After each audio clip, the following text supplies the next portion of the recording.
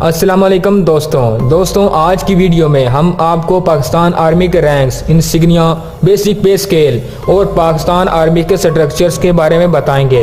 इसके अलावा हम आपको ये भी बताएंगे कि पाकिस्तान आर्मी के रैंक्स एयरफोर्स और नेवी के किन रैंक्स के बराबर हैं। तो दोस्तों वीडियो एंड तक ज़रूर देखिएगा क्योंकि आपके इल्म में बहुत ज़्यादा इजाफा होने वाला है।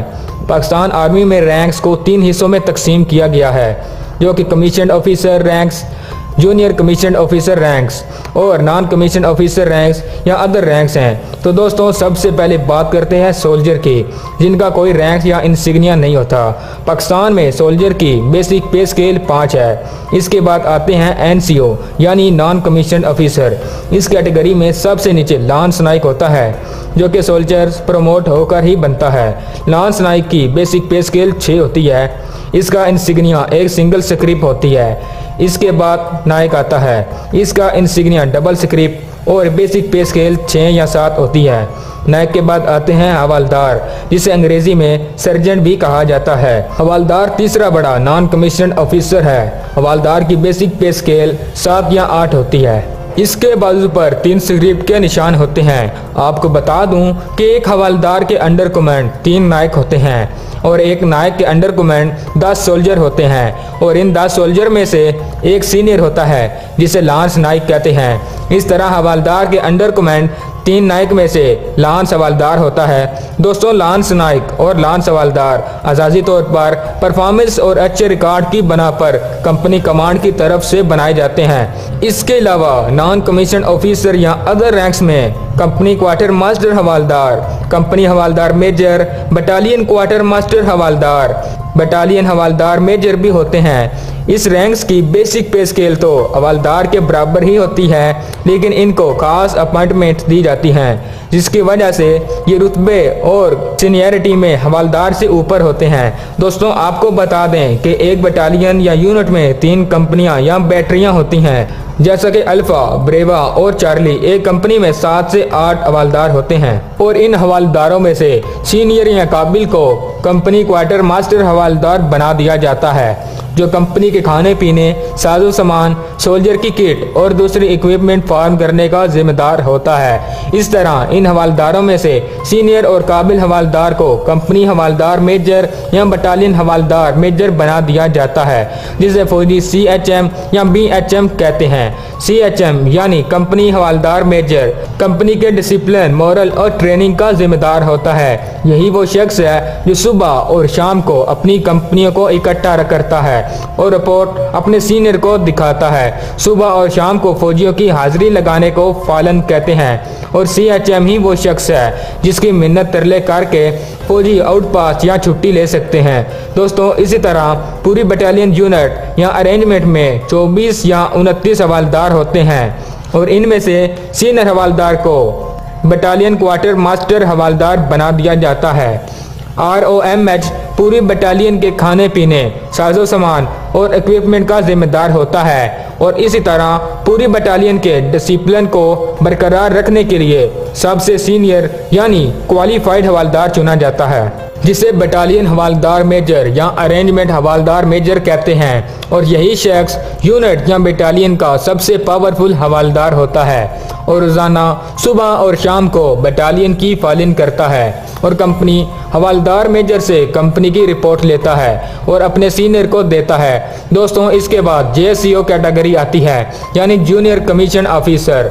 जूनियर कमीशन ऑफिसर में सबसे नीचे नायब सूबेदार होता है, जो कि सीनियर हवालदार में से क्लासेस और कोर्सेज पास करने वाले को बनाया जाता है। कैवलरी यूनिट में नायब सूबेदार को नायक रिसालदार भी कहा जाता है। नायब सूबेदार की बेसिक पे स्केल 13 से 14 होती है और इसका इंसिग्निया एक स्क्रिप्ट के साथ ग्राउंड या पिप होती है और यह शख्स बटालियन हवालदार मेजर या रेंजमेंट हवालदार मेजर से रिपोर्ट लेता है और अपने सीनियर को देता है, या यूं कह सकते हैं कि बटालियन हवालदार मेजर इसके अंडर कमांड होता है। इसके बाद आता है सूबेदार। सूबेदार जिसका इंसिग्निया एक स्क्रिप्ट के साथ क्राउन होता है। सूबेदार को अंग्रेजी में वारंट ऑफिसर भी कहते हैं। दोस्तों इसके बाद आते हैं कमीशन ऑफिसर्स, जिसमें सबसे नीचे सेकंड लेफ्टिनेंट होता है जिसकी बेसिक पे स्केल 17 है और इंसिग्निया 1 क्राउन होता है। आमतौर पर पाक आर्मी में सेकंड लेफ्टिनेंट 6 माह में ही प्रमोट होकर लेफ्टिनेंट बन जाते हैं। सेकंड लेफ्टिनेंट एयरफोर्स के पायलट ऑफिसर और नेवी के मिडल चीफ मैन के बराबर होता है। दोस्तों, सेकंड लेफ्टिनेंट जब पास आउट होकर यूनिट में आता है तो इसे 1 महीने के लिए सोल्जर के साथ रहना और खाना पीना होता है। इसके बाद आता है लेफ्टिनेंट, जिसकी बेसिक पे स्केल भी 17 होती है। इसके कंधे पर 2 क्राउन होते हैं। लेफ्टिनेंट एयरफोर्स के फ्लाइंग ऑफिसर और नेवी के सब लेफ्टिनेंट के बराबर होता है। इसके बाद कैप्टन रैंक आता है जिसकी बेसिक पे स्केल 17 है, लेकिन ये सेकंड लेफ्टिनेंट और लेफ्टिनेंट से सीनियर होता है। कैप्टन के कंधे पर 3 क्राउन होता है और कैप्टन यूनिट एक कंपनी को कमांड करता है। कैप्टन एयरफोर्स के फ्लाइट लेफ्टिनेंट और नेवी के लेफ्टिनेंट के बराबर होता है। कैप्टन के बाद मेजर का रैंक आता है जिसका इंसिग्निया 1 क्रेसेंट और स्टार है। मेजर की बेसिक पे स्केल 18 होती है। मेजर को फील्ड ऑफिसर का सबसे जूनियर ऑफिसर समझा जाता है।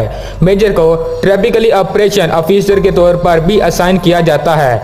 मेजर 2 IC यानी सेकंड इन कमांड के तौर पर काम करता है, यानी लेफ्टिनेंट कर्नल की गैर मौजूदगी में यह पूरी यूनिट यहाँ अरेंजमेंट को कमांड करता है। मेजर पाक एयरफोर्स के स्क्वाड्रन लीडर और नेवी के लेफ्टिनेंट कमांडर के बराबर होता है। मेजर के बाद लेफ्टिनेंट कर्नल आते हैं। इनकी बेसिक पे स्केल 18 होती है और इंसिग्निया 1 क्राउन और 1 क्रेसेंट एंड स्टार होता है। लेफ्टिनेंट कर्नल आमतौर पर पूरी बटालियन और रेजिमेंट का चार्ज दिया जाता है। ये रैंक एयरफोर्स के विंग कमांडर और नेवी के कमांडर के बराबर होता है। इसके बाद सीनियर रैंक कर्नल आता है जिसे फौजी जुबान में फुल कर्नल कहते हैं। इस रैंक की बेसिक पे स्केल 19 होती है और इंसिग्निया 2 क्राउन और 1 क्रेसेंट और स्टार होता है। ये रैंक एयरफोर्स के ग्रुप कैप्टन और नेवी के कैप्टन के बराबर होता है। Colonel rank senior military rank के बराबर होता है। दोस्तों, इसके बाद जनरल ऑफिसर या स्टार ऑफिसर आते हैं जिनमें 1 स्टार ऑफिसर ब्रिगेडियर भी होता है।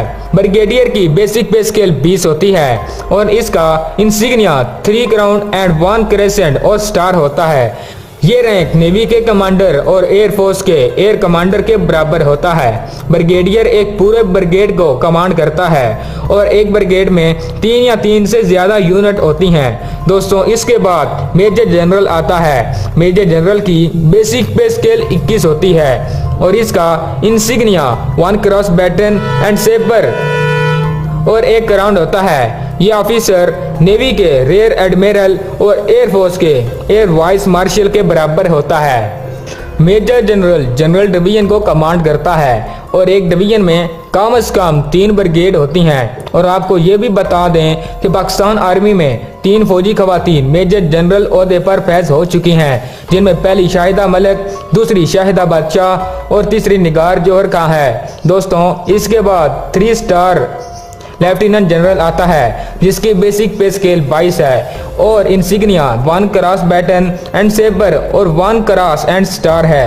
ये रैंक नेवी के वाइस एडमिरल और एयरफोर्स के एयर मार्शल के बराबर होता है।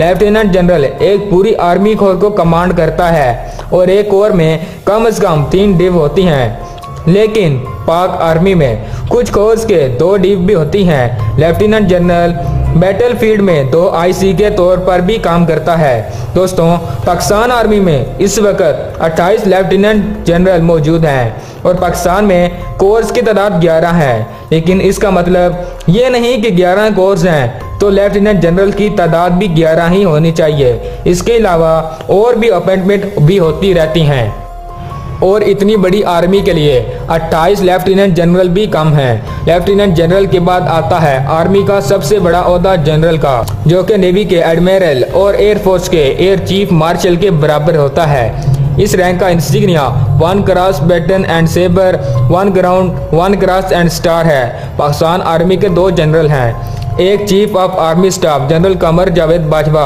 और दूसरे chairman joint chief of staff general Zubair Mahmood Hayat हैं। दोस्तों, बात यहाँ ख़त्म नहीं होती।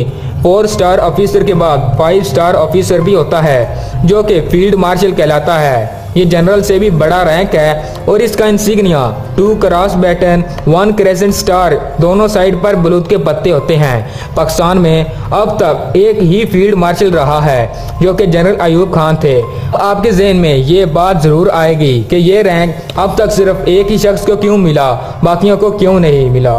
तो आपको बता दें कि ये रैंक इन जनरल को दिया जाता है जो जंग के दौरान कामयाब लीडरशिप करते हैं और जंग में एक से ज़्यादा आर्मी को कमांड करते हैं। अयूब खान ने वार में किसी दूसरे मुल्क की आर्मी को कमांड नहीं किया था, ताहम इन्होंने ईरान और तुर्की की आर्मी को कुछ लेक्चर ज़रूर दिए थे और 1965 की जंग में कामयाब लीडरशिप भी हासिल की और इसलिए इन्होंने जनरल मूसा को आर्मी चीफ बनाकर अपने आप को फील्ड मार्शल के ओहदे पर प्रमोट कर दिया। दोस्तों, आपको ये वीडियो कैसी लगी हमें कमेंट सेक्शन में ज़रूर बताइएगा। और दोस्तों, अगर आपको हमारी वीडियो अच्छी लगी हो तो हमारी वीडियो को लाइक और चैनल को सब्सक्राइब करने के साथ साथ बेल के आइकन को ज़रूर दबा दें। शुक्रिया।